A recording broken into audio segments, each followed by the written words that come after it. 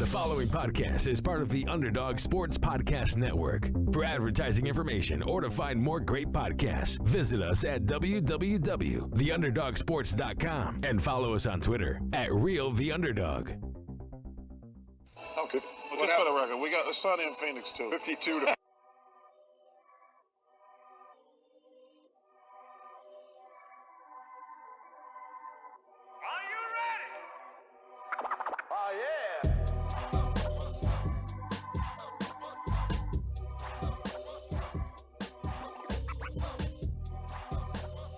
Hello, everyone, and welcome to the Sunny in Phoenix podcast, a weekly podcast where we keep you up to date on everything Phoenix Suns basketball. My name is Charlie Erling, and as always, I'm joined by Mitch Krmpotich. Hello, everyone. Hello there, Mitch. The Phoenix Suns absolutely handled the Denver Nuggets in the first two games of the series, outscoring them by a combined 42 points. The entire roster, top to bottom, has been delivering, and the Suns look to make quick work of this series. We'll break down games 1 and 2, and then take a look forward at our next two games in Denver. Follow us on Twitter at Sunny and PHX Pod. Same thing for Instagram. Go on iTunes, leave us a 5-star review and a comment, and you will get a shout out on the show. Shout outs are in order for our bet question. Shout out to Omar at midcard@best on Twitter. We were trying to predict how many 3-pointers Jay Crowder would make in game 2 against the Nuggets. Omar said 3, which was right on the dot, so congratulations to you, Omar. Go ahead and give him a follow on Twitter. And between the two of us, I said 3 as well. I was right on the dot. So I am now up 3-1 in the bet question series for the playoffs. Do they make kegs of Natty Ice? I will find out. Yeah, just give me a keg at this point. There's still plenty of basketball to go. Oh, no. Okay. Game 1, let's just get right into it. 122 to 105, a nice win to start the series in a game where we get to see four Suns score over 20 points. We have Bridges with 23, Booker and Paul with 21, and Ayton with 20. And I can't think of a better way to start off a series like this, seeing all of our guys get going. I mean, this was the best start you could ask for. And going in, I know we felt pretty good about this. I didn't feel this good. And game 1, it's kind of up and down. The Nuggets are up by 5, 6, 7, maybe even up to 10 or 12 points. And then middle of the third quarter, we take the lead. Go up big, never look back. I was thinking it would be more like the first 2 quarters, where we keep it close, trade back and forth a little bit, but ultimately win. No, I mean, we're just like blowing them out of the water now. Yeah, that's how this one ended up. But if you look at the starts of each of the first 3 quarters in this game, the Nuggets got out to pretty hot runs, 12-2, 10-2, runs about like that. But then the fact that we're just able to withstand that, and due to our stellar defense that we're playing now in this series as well as the Lakers series, I mean, we have so many things that we can fall back on. We got guys scoring, we got guys defending, everyone's doing their part, and it's magical. Yeah, and I think that's really the big difference here is that offense. Because we played such great defense against the Lakers, and we won those games 193 or whatever, really low scoring. But the offense is really clicking now. So we're getting the best of both sides of the ball. Yeah, we shoot 54% from the floor in this one. And then, we get 4 guys scoring over 20, but the balance in shots in this one is just pretty amazing. Bridges shoots 12, 8 for 12. Crowder goes 5 for 13. Ayton goes 9 for 13. Booker goes 8 for 12. Paul goes 8 for 14.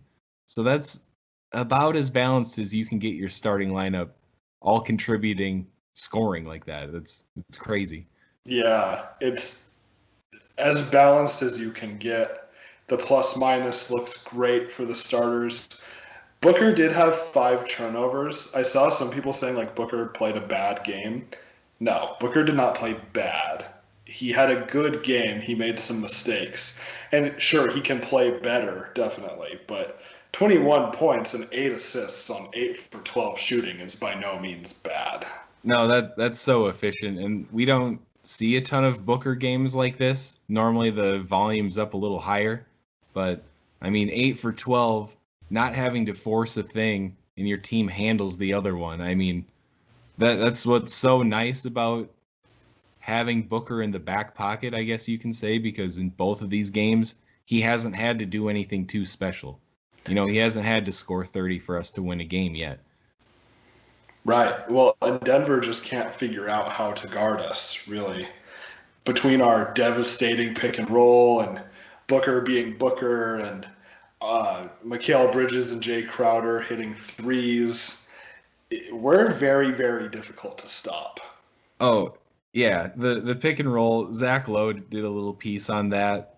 That was pretty fun to check out. And just seeing all of the movement that's not even the screen and roll itself, but what's going on in the backside, off the ball, watching how Ayton draws people into the lane when Jokic has to step up, which obviously leaves a guy wide open for three. We've seen Jay knock those down. Mikal can, sit in that corner and hit threes.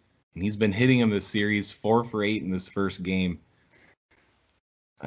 Bridges doing this is something that not many of us really expected, not to this extent, scoring this. Some of us expected this. You expected it. That's very true. But seeing him go above and beyond his regular season averages, coming up in the playoffs, it's perfect. And we haven't even really touched on Ayton yet.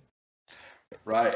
His timing, impeccable this playoffs. Oh my gosh, yes. And I want to talk about Jokic first, because Jokic was not bad.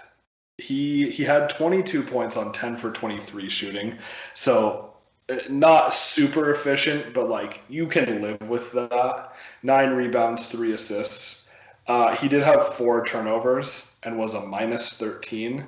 But I think all of that is just, that's Ayton bothered him so much and forced him into these awkward, fadeaway kind of shots. He did hit a couple, but that's not his natural inclination. He doesn't really like doing that. But the best part of all of this is Jokic didn't score in the last minute of the third quarter or any of the fourth quarter in this game. Wow. Yeah, right. That's pretty amazing. And I'm trying to remember how much he played towards the end of the game, but 36 minutes, you gotta. Yeah. That's just stellar defense. And last episode, we said Ayton did a pretty solid job trying to contain Jokic throughout the regular season, and it stuck through here. And it's so nice that we have this guy, Ayton, who we can put on the MVP, and we don't have to come instantly double. We can, we can still help out enough to still be able to get out to those shooters. But, at this rate, with how the Nuggets are shooting, that's not going to even be that big of a deal. They can't buy a bucket from 3. Right. So when that's not going and Ayton is doing a solid job just man-on-man defense on Jokic, this team can go – we can get through the series pretty quick if the next 2 games look anything like these first 2. Right. And I think we've been playing really smart basketball. It's apparent that we've watched tape. I watch Jokic pump fake, and it gets me every single time because he doesn't jump when he shoots very much. Right. So his pump fakes really look like he's shooting. And I haven't seen one of our defenders bite a single time. They know exactly what they're looking for on those. That's very true. If I were Ayton, I'd want to jump up and swat one of those 3-point attempts into the stands, but he's been doing an excellent job staying safe, staying down. I've seen him pop up on a couple of them, but he never sells out for a block, and he's obviously quick enough to be able to stay in front of Jokic after that fake, so it's all good. Just a big shout out to Ayton. This has been a fantastic 2 games and first playoffs for him. Yes, and then on offense, 20 points, 10 rebounds, 9 for 13 shooting, like you said, 1 steal. And one personal foul, which is awesome. The refs are letting them play. Like, this has been getting kind of physical, and I think it's what we expected from the playoffs. We were playing Laker ball for so long where there's just whistle after whistle after whistle, and now this feels a lot more like playoff basketball, which I think really benefits us. But yeah, Ayton and Jokic essentially canceled each other out, like box score wise.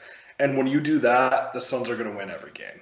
Yep, that's all we're asking for, especially without Murray on the floor for those guys. If we contain Jokic, it's very likely a win for the Suns, and that's what we saw in Game 1 and Game 2. Let's move on to Game 2, and another spanking, 123-98.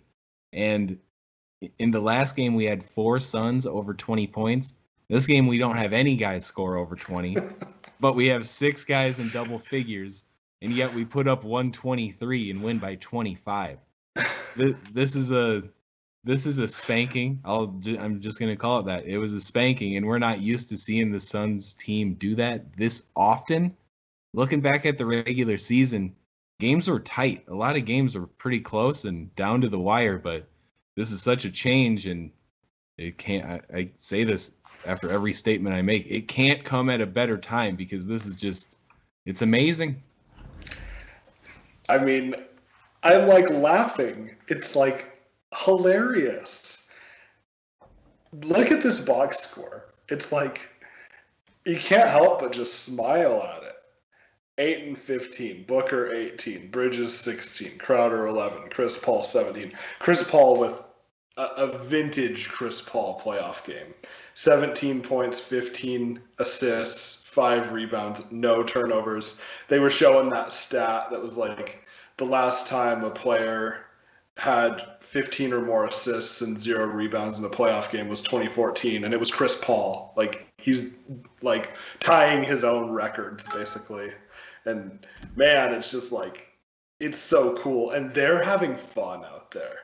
You know, we heard so much of that about, the Lakers are having fun. That's a bad sign. It's like, no. The Suns are having fun. And that is a really bad sign. Yeah. And yeah, we're having fun, but we're not rubbing it in the other team's face. And yes. Our fans are doing the job for them. That's right. You know, the fans are letting the Nuggets know what they think. I mean, we're doing the wave. It makes a few laps around the arena. We're chanting Suns in 4.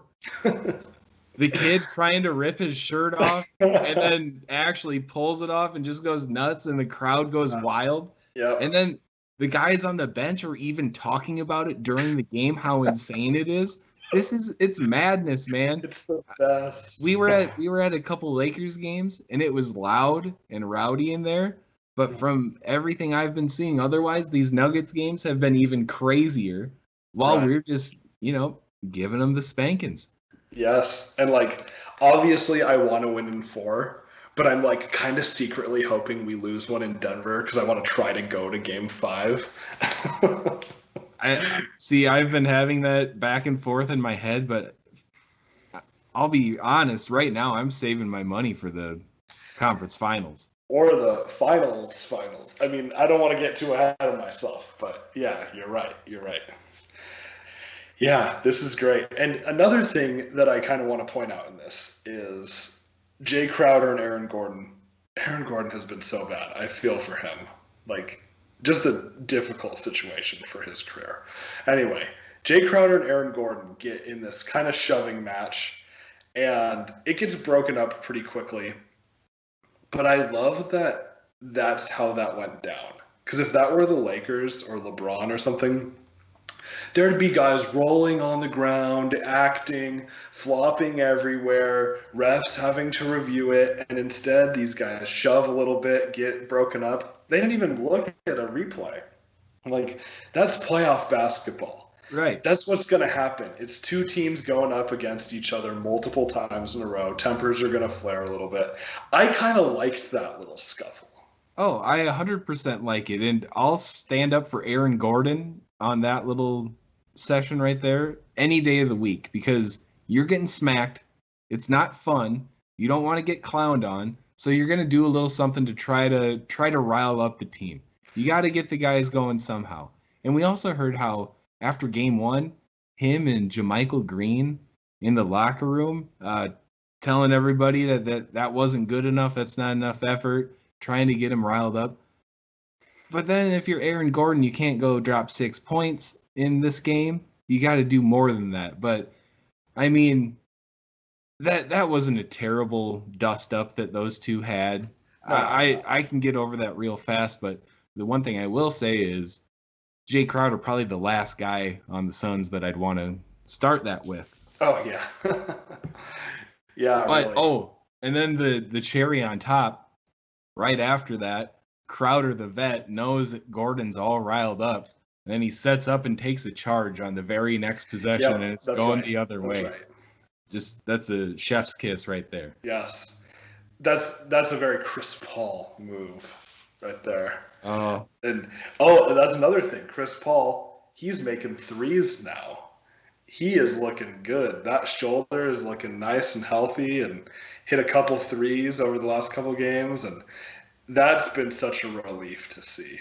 Yep, he looks like he's coming back into full form for sure. And I mean, he couldn't even dribble after the injury initially happened, and then now he's pretty much making guys spin full 360s while trying to stay in front of him. And the Millsap, when he got Millsap, and then Torrey Craig with the beautiful cut and finish.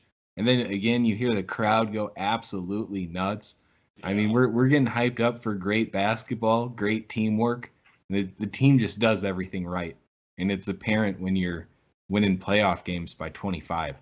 Yeah, it's so nice to get to see Frank and Jalen Smith and all those guys come in with 5 minutes left in the game.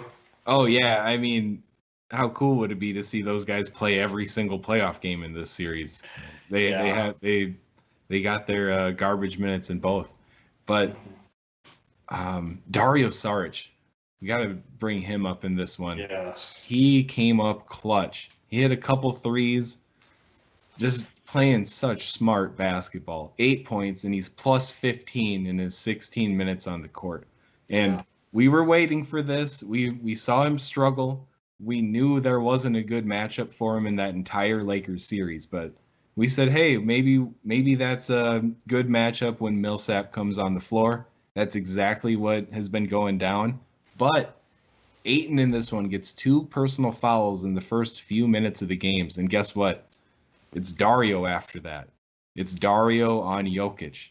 And Dario made some great defensive plays, just positioning-wise, making him forcing tough shots on Jokic.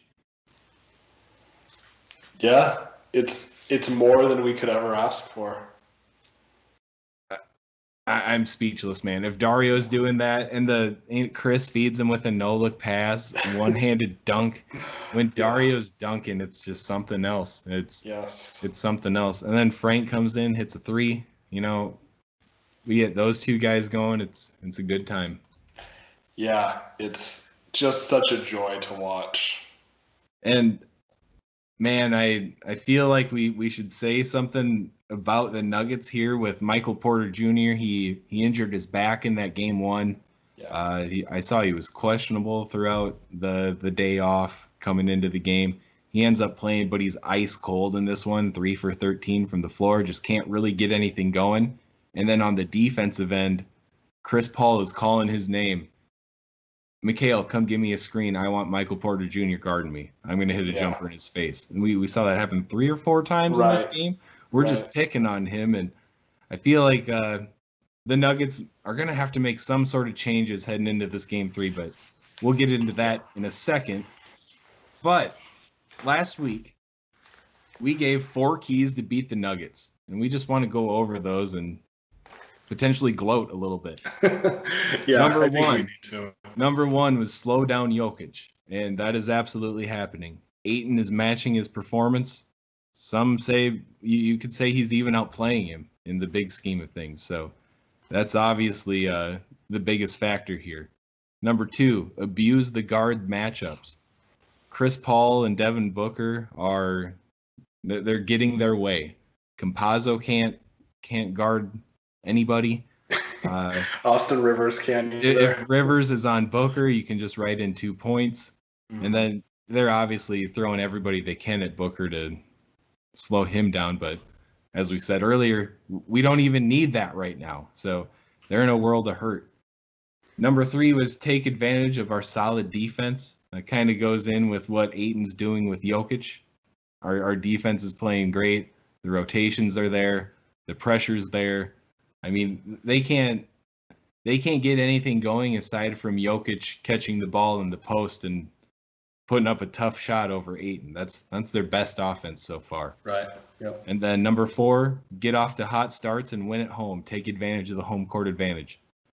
100% right there too. So we're batting 100 on our four keys to beating the Nuggets, and it really showed in these games, and it was kind of fun to see it all come to life there. Yeah, and I just think it's cool because when you do keys to a game or series, it's usually very ideal. You know, you don't expect all of those things to actually happen. It's like, yeah, if we could do 2 of these, that would be great. But we're doing all of these things very well. Right. It's been fantastic. And let's think about games 3 and game 4. Heading to Denver, we talk about it. It's not fun playing in Denver in that elevation. Guys get worn out a lot quicker. So that's something that we'll have to prepare for, obviously. But the Nuggets have to make some changes. I want to start with them because we're literally doing everything right. What are the Nuggets going to have to do to keep up with us now? I really don't know. They're in such a difficult position. I don't know, give Jokic the ball even more. Just pound it to him in the paint every single possession. It's really tough to say. I think if anything, they may need to stray away from the three-pointer since they've been so cold. I guess that's one train of thought. The other train of thought is keep shooting them because eventually they will start to fall, just statistically speaking. I mean, I think they're probably going to have to play some live and die by the 3 kind of basketball to have a chance at winning these games. Yeah, I can agree with that. And if you look at the free throw numbers, they only shot 6 in game 1. Yeah. But then in game 2, they got to the line 20 times. And that's something I think you got to preach that. Make the refs call fouls. Actually get into the lane. And we've said the same thing about the Suns during the regular season when we started relying on the 3 way too much. And we're like, hey, is everybody just allergic of the paint? Can we not give a shot? Right. So I think they got to do that. And they're big and athletic, man. Aaron Gordon, every time he had Booker on him, he just bowled him down straight to the rim. Oh, yeah. And then he only 3 for 7 in this game, but that's something that was working. It worked pretty decently in game 1. I mean, maybe it's not Gordon every time, but I'd worry about getting into the lane a little bit more. And I mean, is Will Barton ready to play more minutes? Because they could sure use him. They could. And yeah, he clearly is easing his way back in right now. But yeah, he would help them a lot. And yeah, I think they can maybe take advantage of some of that athleticism between Michael Porter Jr. and Aaron Gordon. Try to use that a little bit more and then just keep feeding Jokic in the paint. And I mean, he's such a great passer that if they did a little bit more off the ball movement, cutting and everything like that, Jokic will find them. The other thing I'm kind of thinking is their home court advantage is going to be interesting. So right before we started recording here on Thursday night, the Avalanche lost to the Golden Knights. So they lost that series 4-2, which is really heartbreaking. The Avalanche have been really great for a few years now, and they keep losing in the second round of the playoffs. And I'm actually an Avalanche fan. I like a lot of Denver sports, aside from basketball, obviously. And I think their fans are, they're going to be rooting really hard for the Nuggets. They don't want to see another local team lose in the second round like the Avs have been doing for so long and like the Nuggets have done in the past. So I think their fans are going to be really fired up. And I heard that Jokic might be receiving the MVP trophy before this game. 3, yeah. So that'll give everyone something to get excited about before the game. And yeah, I don't see you can't be too discouraged going into a game like that. So I bet that their crowd's going to be pretty hyped up for them. And I mean, they need every little boost they can get. Being down 2-0, that's tough sledding from then on. So right. And you know what? I hope their crowd's booming. I mean, look what we've been doing. You know, it has an effect on the game to some point. I mean, I think it's only fair at that point. Yes. Well, and I mean, for the sake of the city too. I mean, look at what this has done to Phoenix. The city is booming right now. Yeah. And you want the same for Denver. You want the same for all these cities, after everything we've been through over the last year and a half. It's nice to see things thriving and the economy starting to boom again and all of that. It is nice. And sports have a lot to do with that. They drive a lot of that revenue for cities. Are they going to be at full capacity? Yes, they were at full capacity for the Avalanche playoff series. Cool. So, yeah, they will be. And those, I mean, Nuggets fans are usually pretty cool. I've never really had any qualms with Nuggets fans. They've been through a lot. I mean, I look at them kind of like us. They have some legends, Alex English and Dikembe Mutombo and guys like that. Carmelo. They had the ugly situation with Carmelo leaving and everything like that. There are some similarities between our two franchises. Yeah, totally. And I know just the online presence, the back and forth between fans has just been very respectful compared to last round. I mean, that's for sure. Yeah. Laker fans are. I didn't know that Nuggets fans disliked the Lakers as much as we do, but that's a fact. Yes, they don't like them, definitely. And yeah, I mean, I think it's also cool because as a Broncos fan too, it's kind of a joke that in Denver, no one cares about any sports except the Broncos, even when the Broncos are terrible. But I think the support for the Nuggets is growing. I know it has grown a lot for the Avs. The Rockies aren't very good, but they're okay. But the support for the Nuggets has grown, definitely, especially as Jokic is the MVP, and they've been playing well for the last few years, Jamal Murray, all of that. So I think this will be a really great experience for their city, too, like it has been for us here in Phoenix. And realistically, going into this for us, we only need to win one of these, and we'll still be in great shape. I'm kind of thinking we're going to win both, though. Man, I hope we do. I hope we keep it short and sweet, but yeah. Let's go to our bet question for a second here.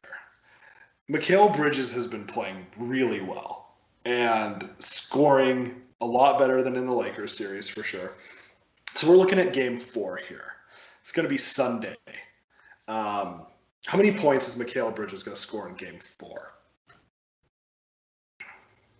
I'm going to go 19. That's kind of in the middle of his first two games, and I'm really hoping he keeps this hot shooting streak going. So, yeah, let's hope that carries through 2 games so it's still there for Game 4. Okay. This puts me in an interesting position. So, my initial thought was it's in Denver. Let's pick 18. Peyton Manning, Frank Tripucka, the first Broncos quarterback. Oh, wow. But I think he may go for more than 19. But with how balanced everything has been for us lately, I'm going to go 18. I'm going to go with my gut, and I'm going to say 18. Oh. I know. One less, one fewer again, huh, Mitchell? Yeah, I know. How'd that work out this week? So we're going to try it again? Yes. Okay. I'm trying to avoid the NASCAR-tini. But if you would like to avoid drinking a NASCAR-tini, Tweet at us at Sunny and PHX Pod and let us know how many points you think Mikal Bridges will score in Game 4 on Sunday. And whoever is closest will not have to drink a NASCAR-tini and will get a shout-out on the next show.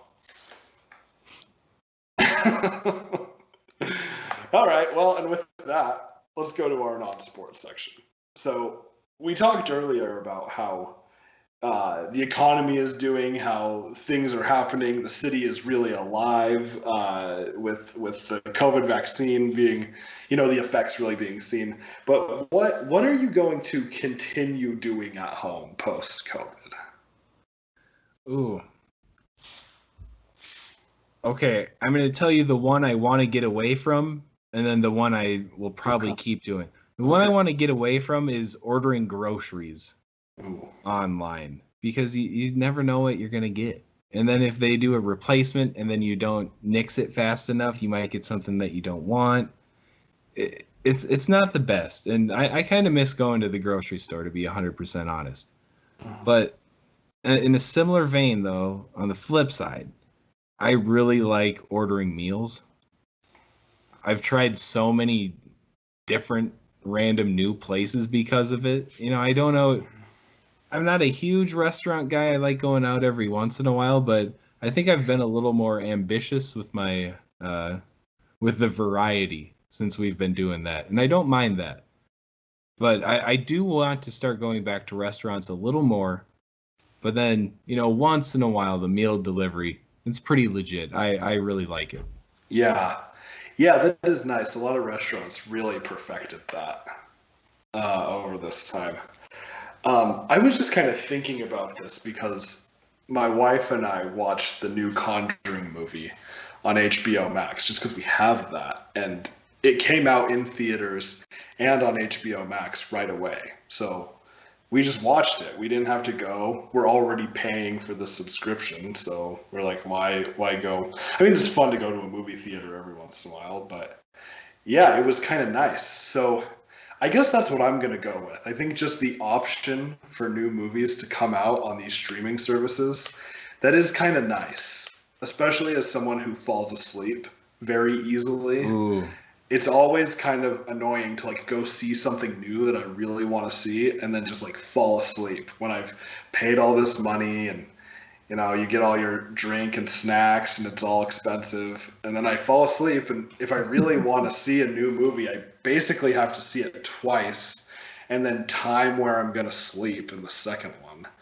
So it's nice to have the option of watching at home right away because, I got to get up and pause and get my popcorn out of the microwave, or, I fell asleep, let's finish it tomorrow. Whatever. That's kind of nice to do with new movies. So I think I'll go with that. That's interesting. The first thing I thought about was, recently or back in the day, the big deal was the box office numbers, how much it brought in the first week or whatever. I wonder how much HBO Max pays for a full budget movie like that to go on their service. Yeah. And then compared to, how much they actually get from a ticket at a movie theater sale. I wonder how that goes, but yeah, I do. It can't be every single movie will be doing that now, right? I don't think so. I can't imagine that. And I know, like for this one that we watched, I think it's you had to watch it before July 1st or something like that. So gotcha. That I kind of get. They say, okay, thanks for being a subscriber. You've got a month to watch this, and if you don't, then you'll have to go to the theater. Something like that. So I don't know. It's cool that they're testing it out, and yeah, we'll see how long it sticks around. For sure. All right, that wraps things up. 2 more games against the Nuggets in Denver. I'm gonna get my broom out. I don't know about you guys, but I'm feeling pretty good about a sweep.